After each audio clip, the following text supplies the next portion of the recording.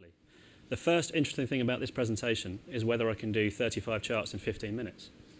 It might be the last interesting thing about this presentation as well. But I may go quick, and I talk fast anyway, so apologies if half of this is unintelligible. Keeping strategy interesting. So, when I first started thinking about this, I did what I usually do when I've got to write a presentation, and I fucked around on Twitter, essentially. And had a long and enjoyable conversation with Rob about his cat.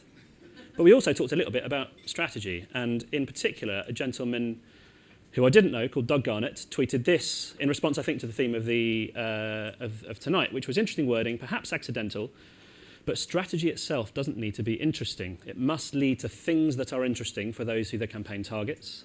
I note this because I've encountered strategists whose vision stopped at make the strategy interesting, failed to close his speech marks. We'll forgive him that. And I thought this was in itself kind of interesting, because maybe this is the wrong place to talk about how strategy doesn't need to be interesting.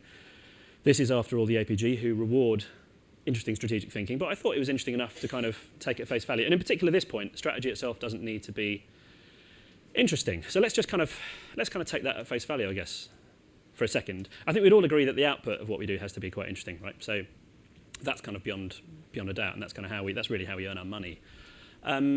But I guess you'd have to accept that a lot of the thinking, a lot of the kind of research that's being done in what we do is pointing towards questioning, really, maybe whether the input needs to be that interesting after all. Because after all, we live in an age now where really it's arguably all about distinctiveness. It's about relatively superficial creative difference as opposed to any kind of fundamental difference in product or in strategic approach. We also live in a world more from a media point of view, I suppose, where actually maybe it's not about massively ingenious targeting approaches. Really, it's just about reach. And 90% of the effectiveness of that stuff is about just talking to as many people as we can. I'm aware that this might be a slightly hostile crowd now, so go with me on this. Maybe ad strategy can actually be fairly generic, and maybe we don't need to worry too much about strategy being interesting. And I suppose the reason I want to say that is because you could argue for this, you could argue against it. I would probably, to be honest, come down against it. But I think even if you don't know, I think it's still important to think about strategy being interesting. And that's because of the question of who your audience is when you're thinking about strategy. Because it isn't actually the end consumer. So for most of the people in this room, are there any creatives in the room? None. That totally fucks up a joke I've got later on, but that's fine. I'll just have to scrub that one, save a bit of time. But really the audience for what we do a lot of the time isn't consumers at all. It might be creative people like Rick, or it might be clients like Geraldine from Volkswagen, who I have to be interesting to fairly often. Or it might be, who can guess who the next... Might be you. I didn't have a picture of you. If I had, it would have been creepy. I just had the word you. So it could be. So we have other audiences to think about when we're thinking about the strategies that we create. And I suppose what I'd say is, given that, it's actually incredibly important that our strategies are interesting, because I think interesting strategy is memorable, and that's important. You know, if the strategy that you've got comes in the form of a creative brief, particularly, you want that creative brief to be the one that your creative director is thinking about when they're out jogging or when they're in the shower. I was going to use a picture of somebody in the shower, kind of sent me down a weird rabbit hole on Google Images, so I decided not to do that. It's also interesting, I mean, if your client is the one presenting your strategy on to somebody else within the organization, you need them to remember what you said. So even if you forget about consumers finding it interesting, it's important from a memorability point of view that your internal audiences find it interesting as well. Interesting strategy is much more engaging. You want to listen to it. Interesting strategy makes life a lot more fun. And a chart which is inexplicably hidden here is that interesting strategy can stand out as well. I had the fortune of watching a media pitch last year, and it was just remarkable how hard it was afterwards to remember who on earth said what, actually. So I think one of the purposes of writing interesting strategy is just that it kind of sticks out from the crowd. The fact that there aren't any creative people in the room makes it hard for me to ask this question, but I imagine most creatives are at any one time working on between 5 and 10 creative briefs. So having your one be the one that stands out and is interesting and is the one that they sort of notice is quite important, even forgetting about whether or not consumers care about your strategy or not. So I think there's a lot of good reasons why strategy should be interesting, even if really it's not important from the point of view of the outside world. So how do you do that? I've got 4 plus 1 extra 1 rules for interestingness, and then I've got some thoughts on what to avoid, and then some thoughts on how to stay interesting longer term. That counter is still on 15 minutes, so I'm going to assume I've got an infinite amount of time, which is awesome, but not so good for everybody else in this room. I know, technically, it's on 11. Shit, it's just gone down to 10 minutes. Now it's going up.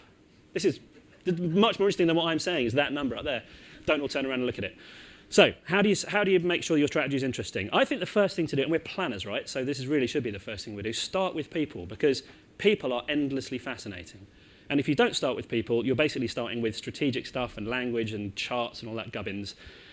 Forget about that. Really, our strategies are about people and about these people. I don't know what the hell they're doing or why or who they are, but they must have a reason why they've all shown up in what looks like a shopping centre to do this. I don't know why that is, but I could probably spend 4 hours interesting myself in the dynamics of what's going on in this random video pulled from VidEasy. So people are, if you're going to start somewhere, start with people. And I defy you not to find them interesting, unless you're not really a planner. I defy you not to find them interesting as a place to start for your strategy. So there, I think, a good place to start. It's led me to, this is the second, the first quote was off Twitter, this quote is made up, and it's Tom Morton in the character, or it's quite a convoluted slide, this one, in the character of Samuel Johnson, which is not, and it's not a thing that Samuel Johnson really said, but I think if he were alive today and he were a planner, he would say, if a planner is tired of strategy, they're tired of people. God, that didn't work. Let's move on. The second thing you can do, so once you've started with people, because they are fascinating, I think the other thing you can do is make the problem interesting. So I worked on anti-smoking for a while, and for quite a long time, the strategy of anti-smoking ad was broadly speaking the same. It was make smokers want to quit.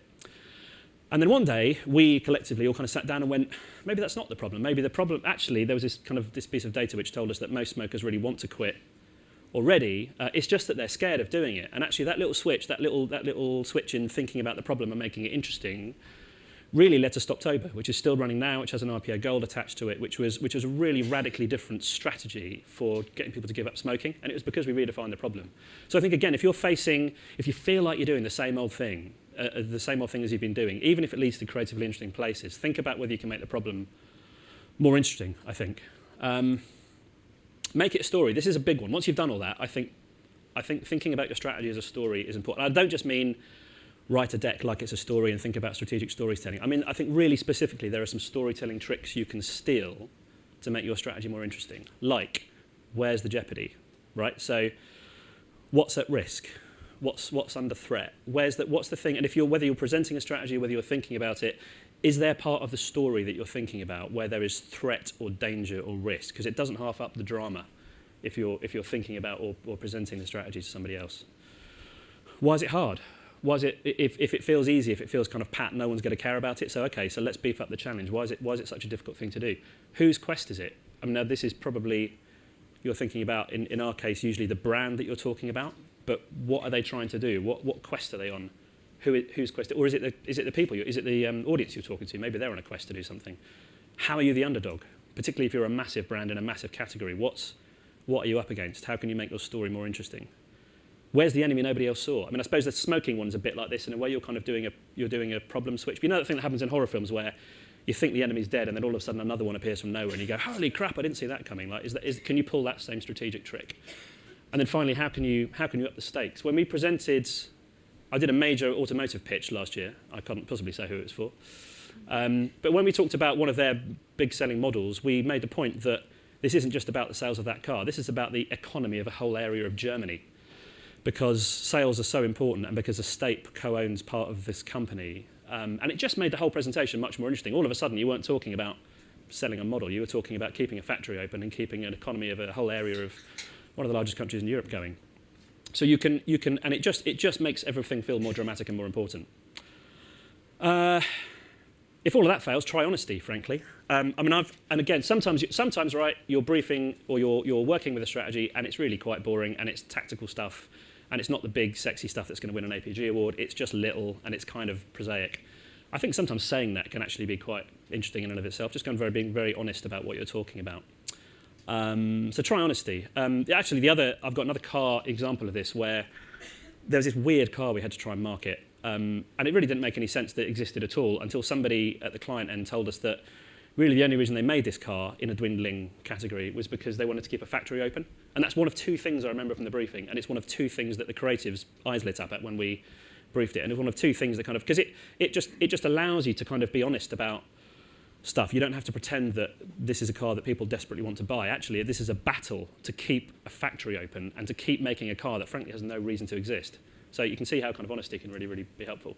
And then the plus one is kind of, are you interested yet?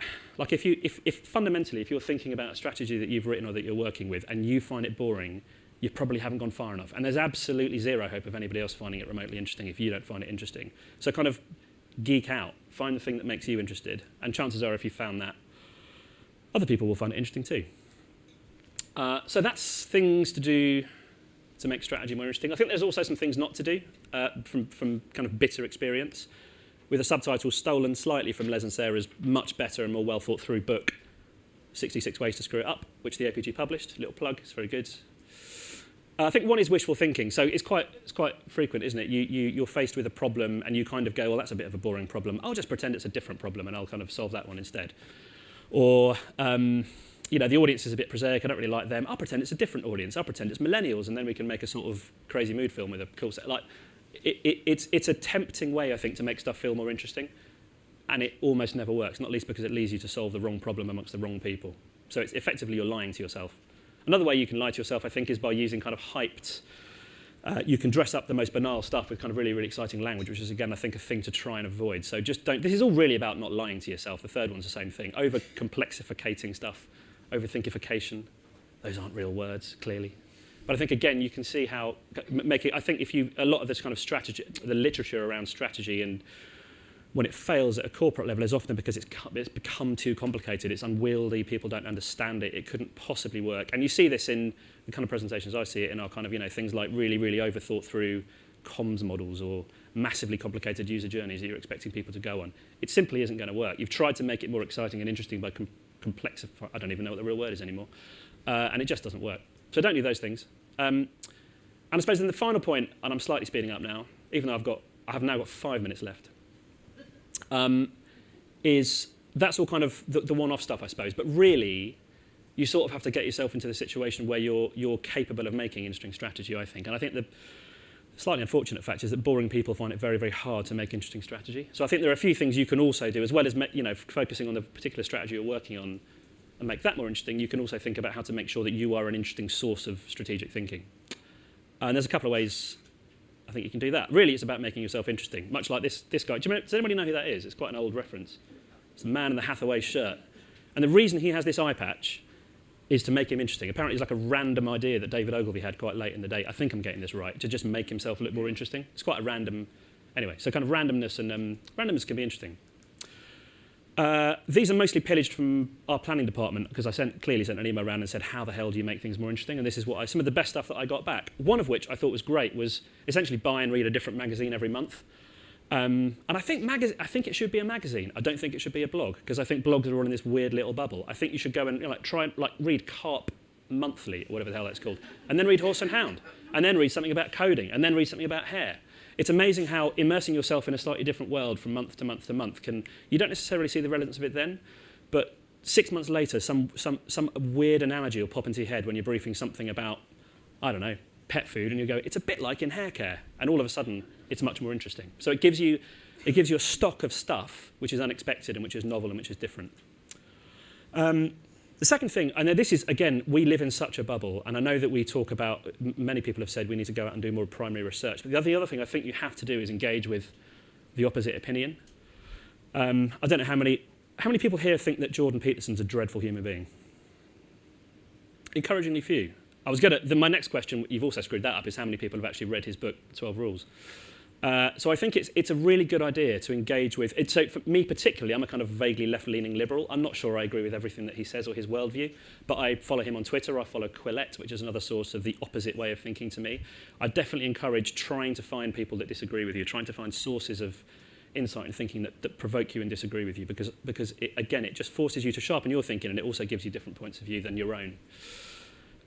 2 more.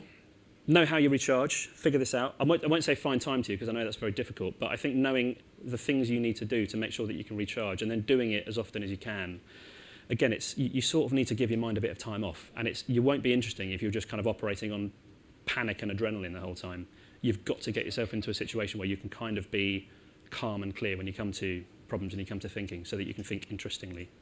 And then finally, and this is quite liberating, it is only marketing, right? It's only communications. It's not that life or death, and especially not that life or death if actually it's all really about distinctiveness and reach anyway, so who gives a shit? So it means it's a liberating thought, and it means that you can kind of experiment, you can kind of get stuff wrong, no one's going to die, And actually, it might just kind of go brilliantly if you can kind of get yourself out of fear mode and think about kind of doing things that are a bit different. That's it. Thank you very much.